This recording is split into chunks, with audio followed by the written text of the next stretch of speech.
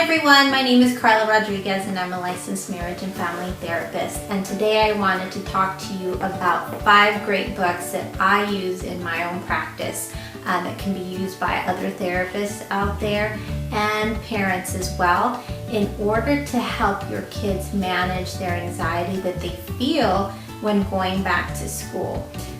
So the first book that I wanted to talk about is called The Invisible String by Patrice Karts.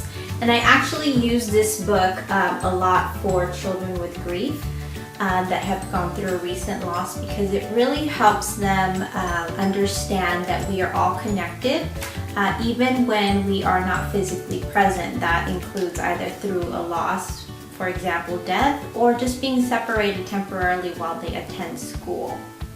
So I'm going to go ahead and read just a little excerpt so you guys get a little bit of a feel for what the book talks about.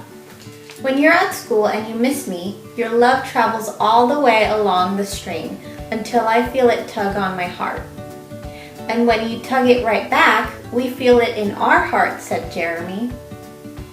So again, that's really cute, and another activity that I like to do along with this one is actually have a really good visual aid of actual string. So I actually like to use a string, and then you can hold one end and have the child hold one end so they can visualize the actual tugging and how it vibrates and how you can feel one end of the string when the other person tugs on it. I think it's a really great and cute exercise. The next book that I use a lot in my practice is called Boy and Bear, the Children's Relaxation Book, and this book is by Lori Light. This book is for children ages 3 to 10, and it basically teaches kids how to do belly breathing or relaxation breathing, and it's a story, really short story, basic read again, about a boy who meets a bear, and they start playing in the snow and they start going through the motions of relaxation breathing. So I highly recommend this one, and I use this a lot to teach children how to unwind and how to relax, and I think this is a great tool to use as a bedtime story because it really calms down that energy and gets them right to bed. So I'll read a little bit of this book as well.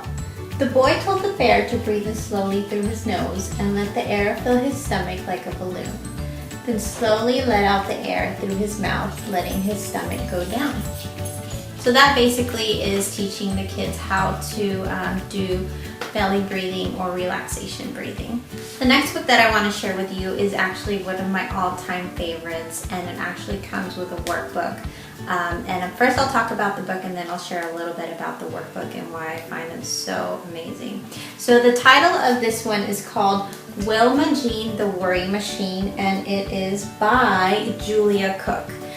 So this one I feel is a little bit for older children, maybe 3rd grade to middle school, because it does talk about when they start becoming a little bit more self-conscious, or when they start worrying more about their grades. So I feel it has a little bit of an older content. So I'll read you guys a little excerpt from the book. I worry about lunch and what they will serve. If they serve butter carrots, I know I will hurl. I worry that kids will make fun of my hair. I try to fix it, but it goes everywhere. I worry about having friends to play outside. Last time the girls left me, and that made me cry. I worry about missing the bus at the end of the day. I worry about the naughty kids and things that they say.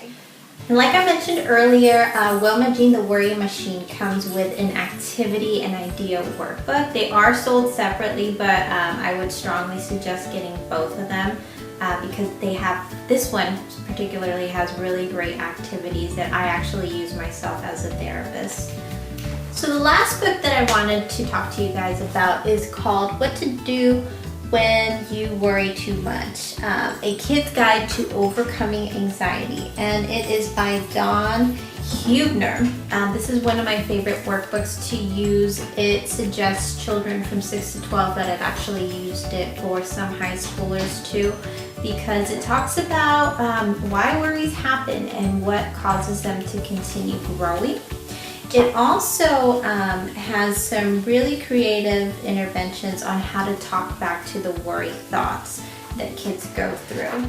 My favorite thing about this workbook is how it uses the analogy of a tomato plant in terms of how we maintain our worries by constantly having thoughts that keep those worries active. So I'll read to you a little bit of an excerpt. It says, "Most things grow when you tend to them. Have you ever planted a tomato seed?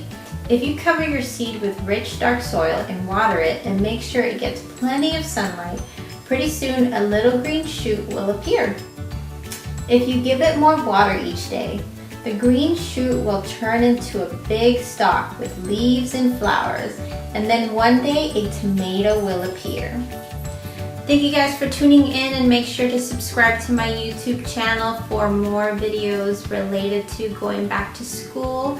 I will be doing some exciting videos on breathing techniques and other interventions that can help children relax and reduce their anxiety about, not only going back to school, but other anxiety provoking situations.